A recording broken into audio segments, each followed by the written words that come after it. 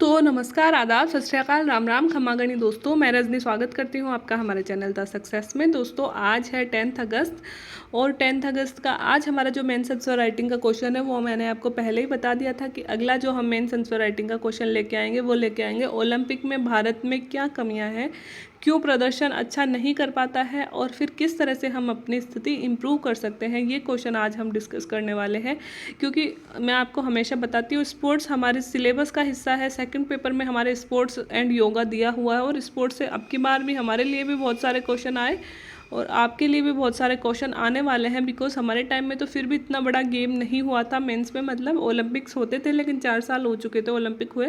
आपके टाइम में अभी रिसेंटली ओलंपिक हुआ है तो ऑब्वियसली ओलंपिक में से क्वेश्चन पूछे जाएंगे। तो ओलंपिक में भारत ने कितने मेडल जीते, शुभंकर क्या था, कहाँ ओलंपिक हुए थे, अगले कब होंगे, पिछले कहाँ हुए थे, ये सारे मैंने पिछले 2 वीडियोज़ में कवर कर लिए हैं। अगर आपने वीडियोज़ नहीं देखे हैं तो चैनल की प्ले लिस्ट जाके आप वीडियोज़ चेक कर सकते हैं, सारे वीडियोज़ आपको मिल जाएंगे। आज हम डिस्कस करेंगे भारतीय ओलंपिक में अपने पदकों की संख्या बढ़ाने हेतु भारतीय ओलंपिक रणनीति में क्या सुधार किया जाना चाहिए। रणनीति जरूरी है दोस्तों, ऐसे नहीं है कि हमारे पास प्रतिभा नहीं है, ऐसे नहीं है हमारे पास खिलाड़ी नहीं है, हमारे पास खिलाड़ी भी है, हमारे पास प्रतिभा भी है और यूँ कहें और देशों से ज़्यादा प्रतिभा है। लेकिन ज़रूरत है हमें हमारी स्ट्रेटेजी सुधारने की। हमारी स्ट्रेटेजी में गड़बड़ी है, हमें टाइम ही नहीं मिलता हमारे प्लेयर्स की तरफ ध्यान देने का, तो वो चीज़ में गड़बड़ है, तो वो हमें सुधारने की ज़रूरत है। तो आज हम उन्हीं पे पहले हम थोड़ा सा ऐसे देखेंगे 1-2 पैराग्राफ में कि क्या कमी है, फिर हम देखेंगे क्या सुधार करें।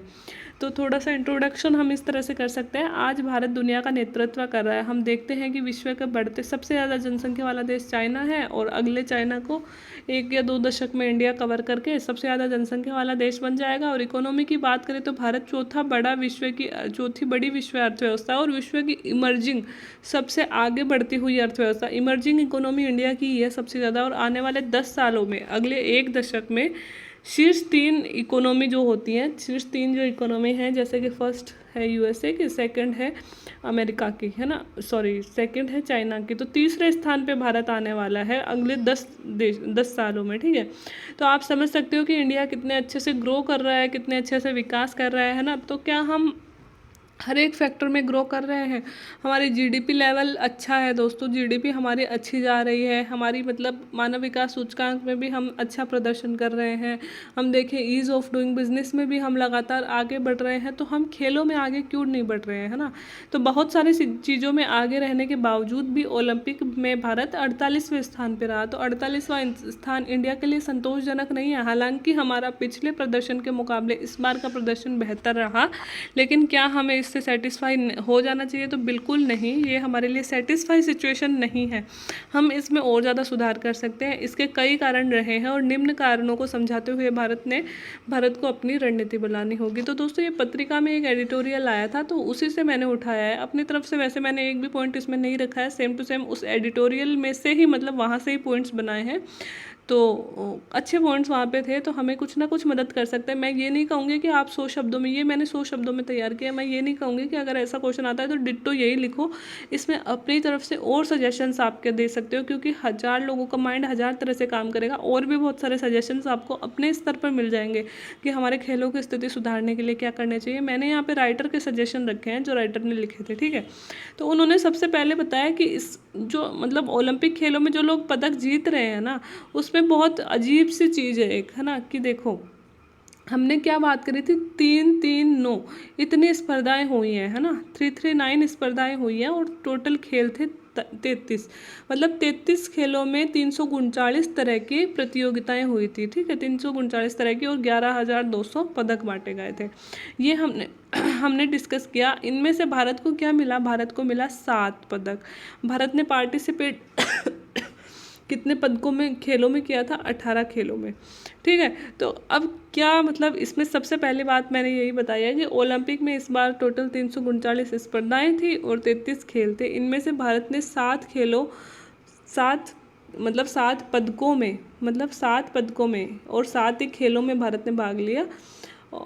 सॉरी, कुछ गलत बोल रही हूँ मैं। इसमें से 7 खेलों के पदकों की संख्या सर्वाधिक थी। यहाँ पे मैं ये कहना चाह रही हूँ कि टोटल स्पर्धाएं तो 339 थी, लेकिन जो खेल हैं 7 ही खेल ऐसे थे, सबसे ज़्यादा पदक इन्हीं में बांटे गए थे, मतलब इन्हीं की प्रतियोगिताएं सबसे ज़्यादा थी, है ना। तो मतलब 7 खेल, अगर इन 7 खेलों में कोई देश आगे है तो वो लगभग सारी स्पर्धाओं को कवर कर रहा है, 339 को कवर कर रहा है। वो कैसे, आप देखिए, मैंने यहाँ पे लिखे भी हैं।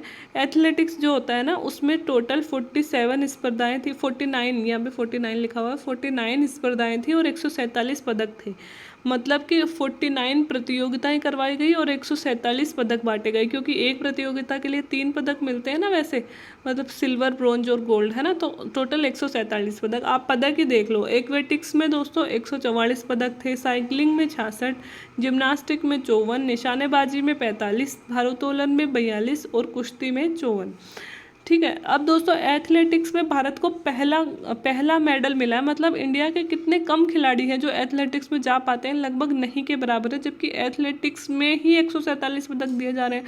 तो जब भारत का कोई खिलाड़ी ही नहीं आ रहा है इस क्षेत्र में, तो पदक कहाँ से जीतेगा। एक्वेटिक्स मतलब तैराकी से संबंधित खेल एक्वेटिक्स में आते हैं। एक्वेटिक्स में 144 पदक है। माइकल फेलेप्स और 39 पदक क्यों ले जाते हैं, क्योंकि इस स्पर्धा में पदक 144 हैं, 148 प्रकार की स्पर्धाएं होती हैं इसमें, तो 144 पदक एक्वेटिक्स में। अब इंडिया बेचारा तैराकी में इतना पीछे है कि हमारा एक खिलाड़ी ओलंपिक तक पहुंच ही नहीं पाता, पदक जीतेंगे कहाँ से। साइकिलिंग में 66 पदक है। अब साइकिलिंग में अलग अलग दे दिया कि भाई इतने मीटर की साइकिलिंग, इतने मीटर की साइकिलिंग, इस रेस में साइकिलिंग, इसमें 66 पदक दे दिया। अब इंडिया साइकिलिंग में भी नहीं है। जिम्नास्टिक में हम फिर भी थोड़े बहुत हैं, निशानेबाजी में भी हम हैं, भारोत्तोलन में भी हैं और कुश्ती में भी है, लेकिन इनमें भी हमारे खिलाड़ी जितना होना चाहिए ना, मतलब जितने खिलाड़ियों की संख्या उतने आ ही नहीं पाते हैं, है ना। तो हमारे खिलाड़ी बहुत कम हैं। जिन खेलों में मतलब ज़्यादा पदक बांटे जा रहे हैं उनमें भारत के पास में खिलाड़ी ही नहीं है। तो सबसे बड़ी चीज़ है कि जो अमेरिका और चाइना जो सबसे ज़्यादा मेडल लेके जा रहे हैं ना, वो अपने देश में फोकस ही इन खेलों पर करते हैं। इन्हीं खेलों में वो बच्चों को शुरू से सिखाने लगते हैं और फिर पदक इन्हीं खेलों में मिलते हैं। भाई उनके एथलेटिक्स के उन्होंने अगर 50 खिलाड़ी तैयार कर लिए दोस्तों, तो 147 में से 50 पदक या 25 पदक भी जीत गए तो ले गए ना आधे से ज़्यादा पदक। तो ऑब्वियस सी बात है कि कितने सारे, मतलब ये रणनीति की बात होती है कि किस, तो बात यह है कि भारत के पास में इन खेलों में पदक कहाँ से आएंगे, जब भारत इन खेलों में पार्टिसिपेट ही बहुत कम करता है, जबकि चाइना, अमेरिका, जापान टारगेट ही इन खेलों पे करते हैं, है ना। पहली बात तो ये हो गई। दूसरा कि भारत को उन खेलों का चुनाव कर खिलाड़ियों को ज़्यादा से ज़्यादा मतलब ये सबसे बड़ी, देखो यहाँ पे हम रणनीति की बात कर रहे हैं कि सबसे बड़ी दिक्कत जो है ना वो हमारी रणनीति में है कि जिन खेलों में पदक दिए जा रहे हैं ना, उन खेलों में इंडिया का पार्टिसिपेशन बहुत कम है। तो हमें इन खेलों में इंडिया का पार्टिसिपेशन बढ़ाना होगा। यहाँ पे रणनीति यही बता रहे हैं लेखक कि इन खेलों में हमें पार्टिसिपेशन बढ़ाना होगा, और उस पार्टिसिपेशन को बढ़ाने के लिए हम क्या क्या कर सकते हैं। सबसे पहले तो भारत को इन खेलों का चुनाव करके खिलाड़ियों को ज़्यादा प्रशिक्षित करना होगा, जिससे पदक जीतने की संभावनाएं बढ़े। तो पहली चीज़ तो यही होगी कि दोस्तों हम भी इन खेलों को टारगेट करें कि जिन खेलों में ज़्यादा पदक वितरित हो रहे हैं हम उन्हें टारगेट कर लें कि भाई इन खेलों में हमें हमारे खिलाड़ी बनाने हैं, ठीक है। और बच्चे को खिलाड़ी बनाने में ज़्यादा टाइम नहीं लगता, और ऐसा नहीं है कि इन खेलों के हमारे पास में खिलाड़ी हैं, खिलाड़ी नहीं है, खिलाड़ी हैं हमारे पास में, लेकिन हम उनको फैसिलिटी नहीं देते हैं, हम उनको सिखाते नहीं हैं। तो इन खिलाड़ियों को हम इन्हीं खेलों में ज़्यादा से ज़्यादा खिलाड़ी पैदा करें, मतलब सिखाएं उनको ये वाले खेल और ज़्यादा से ज़्यादा ट्रेनिंग दें, ताकि पदक जीतने की संभावनाएं भी फिर उतनी ज़्यादा बढ़ेंगी। दूसरा है कि इन खेलों में खेल विशेष के केंद्र बना सकते हैं इन खेलों के लिए। जैसे कि ये 5-7 खेल मैंने बताए, इन खेलों के लिए हम विशेष केंद्र बना सकते हैं। जगह जगह हम हर एक राज्य में 2-3 ऐसे एकेडमी कुश्ती के लिए, भारोत्तोलन के लिए, निशानेबाजी के लिए, साइकिलिंग के लिए, एक्वेटिक्स के लिए खोल दें।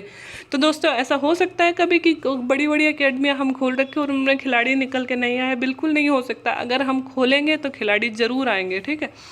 तीसरी बात कि कुछ खेलों को विकसित करने के लिए, अब इन खेलों को आइडिया देते हैं हम लोग कि इन खेलों को विकसित करने के लिए हम क्या क्या करें। तो कुछ खेलों को विकसित करने के लिए हम क्या कर सकते हैं कि राज्यों को जिम्मेदारियां सौंप सकते हैं, कि राज्यों को सौंप दें कि यार मतलब केंद्र एक रणनीति बनाए, जैसे खेल नीति हम बनाते हैं, खेल नीति बनाए कि राज्यों को सौंप दें कि यार तुम्हारे राज्य में ना इस क्षेत्र के खिलाड़ियों में, इस खेल में खिलाड़ियों का रुझान ज़्यादा है, तो तुम इस पे फोकस करो, तुम इस पे फोकस करो। राज्य क्यों नहीं करेंगे? राज्य भी तो अपना नाम चाहते हैं ना, इसलिए वो ज़्यादा जोर देंगे। और ये किस तरह से बांटेंगे हम? वो राज्य की विशिष्टता के अनुसार। जैसे कि एग्जाम्पल भी राइटर ने दिया था कि जैसे हॉकी में हम पंजाब और उड़ीसा को दे सकते हैं कि यार आपके यहाँ ना आप हॉकी के ज़्यादा से ज़्यादा अकेडमी खोलो, ज़्यादा से ज़्यादा ट्रेनिंग करवाओ, ज़्यादा से ज़्यादा कोच लगवाओ और ज़्यादा से ज़्यादा खिलाड़ी मतलब आगे लेके आओ। तो हॉकी के लिए जैसे पंजाब और उड़ीसा में हॉकी का रुझान ज़्यादा है तो उधर हॉकी को दे सकते हैं। भारोत्तोलन, जिम्नास्टिक और मुक्केबाजी, इन तीनों में दोस्तों पूर्वोत्तर राज्यों का रुझान हमने लवलीना जी को देखा है, हमने मीराबाई चानू को देखा है, और भी वहाँ से कई सारे खिलाड़ी इन क्षेत्रों में निकल के आते हैं। तो यहाँ से हम पूर्वोत्तर राज्य और हरियाणा आपको पता है भारोत्तोलन में, जिम्नास्टिक में, मुक्केबाजी में कितना मतलब आगे है। तो पूर्वोत्तर राज्य और हरियाणा को इन क्षेत्रों में हम आगे बढ़वा सकते हैं। और फुटबॉल की अगर बात करें तो पश्चिम बंगाल में और दक्षिणी राज्यों में जैसे हम उनको फुटबॉल का जिम्मा दे दें कि आप अपने यहाँ पे फुटबॉल का ज़्यादा रुझान बढ़वाइए। तो अगर राज्य ठान ले तो ये चीज़ ज़्यादा दूर नहीं है कि हम इन क्षेत्रों में प्रदर्शन नहीं कर पाए। हम इन क्षेत्रों में बहुत अच्छा प्रदर्शन कर सकते हैं, बस ज़रूरत है कि हमें दृढ़ निश्चय करने की। तीसरा दोस्तों की कॉरपोरेट जगत है। तो कॉरपोरेट जगत ने दोस्तों हमारे देश में कई क्षेत्रों में अच्छा काम किया है। तो आज क्यों नहीं हम ऐसा करें। कॉरपोरेट जगत मतलब सहकारिता ने, तो आप सोच रहे हो अमूल डेयरी वाला सहकारिता का, और कई सारे बैंकिंग क्षेत्र में सहकारिता चल रही है, कई सारे क्षेत्र जिसमें सहकारिता ने हाथ डाला है ना, सहकारिता ने बहुत अच्छा परिणाम भी दिया है। यही मैंने यहाँ पे लिखा है कि कॉरपोरेट क्षेत्र में कई क्षेत्रों ने, कॉरपोरेट जगत ने कई क्षेत्रों में बेहतर परिणाम दिए हैं। और कॉरपोरेट जगत ने एक एक खेल को सुधारने का जिम्मा हम कॉरपोरेट जगत को दे सकते हैं, जो योग्य प्रशिक्षकों की व्यवस्था करें। मतलब हम कॉरपोरेट सेक्टर विकसित कर दें जिसमें कॉरपोरेट क्या होता है, केंद्र और कोई जो मतलब लोग हैं वो मिलकर काम करेंगे, है ना, सरकार और लोग मिलकर काम करेंगे। कॉरपोरेट वही तो होता है कि आधा हिस्सा राज्य का होगा, मतलब सरकार का होगा, और आधे हिस्सा लोगों का होगा। तो दोस्तों इसमें हम ऐसे सौंप दें कि कोई कॉरपोरेट सेक्टर के आधार पर हम अकेडमीज़ खोलें, और इन कॉरपोरेट वालों को, क्योंकि इनको अपना विकास करने में मतलब इम्पोर्टेंस सरकारी क्षेत्रों से ज़्यादा होता है, तो इनको जिम्मा दे दें और ये ज़्यादा मतलब लोगों के बीच जाकर खिलाड़ियों को चुने, उन्हें ट्रेंड करें, अच्छे अच्छे कोच लगाएं। तो इस क्षेत्र में भी हम एक तरह से एक नया प्रयोग कर सकते हैं ताकि खिलाड़ियों को विकसित करें। ठीक है। खेलों में प्रशिक्षण देने के लिए बुनियादी ढांचा, सबसे बड़ी ज़रूरत तो दोस्तों हमें बुनियादी ढांचे की है। हमारे पास में बुनियादी ढांचा नहीं है, इंफ्रास्ट्रक्चर नहीं है, एकेडमी नहीं है, बेहतर कोच नहीं है, तो हमारे खिलाड़ी आगे बढ़ेंगे कहाँ से। तो सबसे ज़्यादा ज़रूरत हमें बुनियादी ढांचे की है, तो हमें ये भी विकसित करना होगा। ठीक है। और खिलाड़ियों को बेहतर प्रशिक्षण, अच्छे अच्छे कोच दिए जाएं खिलाड़ियों को, ताकि जो भी खिलाड़ी, मतलब गांव में बहुत ऐसे बच्चे होते हैं होनहार, लेकिन उनको आगे फैसिलिटीज़ नहीं मिल पाती, वो कहाँ से निकल के आएंगे। तो उनको बेहतर प्रशिक्षण दिलवाया जाए ताकि ऐसे बच्चे, ऐसे खिलाड़ी आगे निकल कर आए। इस प्रकार हर एक प्रकार के भेदभाव से ऊपर उठकर खेल देश में एकजुटता लाते हैं। और आज हमें ज़रूरत है कि हम यह समझें कि देश का विकास केवल बुनियादी ढांचों से ही नहीं बल्कि हर एक क्षेत्र में सर्वोदय से ही हो सकता है। तो दोस्तों हम समझ सकते हैं कि जो खेल है, अब नीरज चोपड़ा की कोई जाति पूछ रहा है क्या कि नीरज चोपड़ा कौन सी जाति का था, रवि दहिया की कोई जाति पूछ रहा है। खेल जो होते हैं, देश का हर एक नागरिक उसका सम्मान कर रहा है, उनका सम्मान कर रहा है। तो देश जो है वो, खेल जो है वो देश को एकजुटता में, क्रिकेट होता है तो हम सब कुछ भूलकर देश को जिताने में लग जाते हैं। देश को मतलब अपने जो वर्ल्ड कप चलते हैं हम सिर्फ और सिर्फ इंडिया इंडिया चिल्लाते हैं, हम थोड़ा याद करते हैं कि ये कौन सी जाति का, ये कौन से राज्य का, ये कौन से धर्म का, सब कुछ भूल जाते हैं। तो दोस्तों सबसे अच्छी मतलब जो बॉन्डिंग बनाने का काम करता है वो खेल करता है, इसलिए हमें खेलों के आधार पर भी देश को मजबूत करना चाहिए।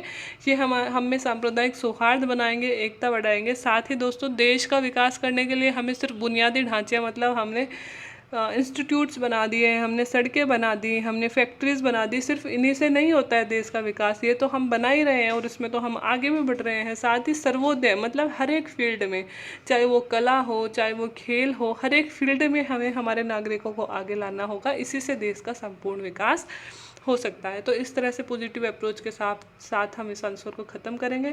तो उम्मीद है दोस्तों आपको ये, क्योंकि मतलब ऐसा तो मैं नहीं बोलूँगी कि इस मतलब सेम टू सेम यही आंसर लिखें, इस आंसर में से भी कुछ पॉइंट्स आप चुरा सकते हैं कि ओलंपिक में इंडिया की स्थिति कैसे सुधर सकती है।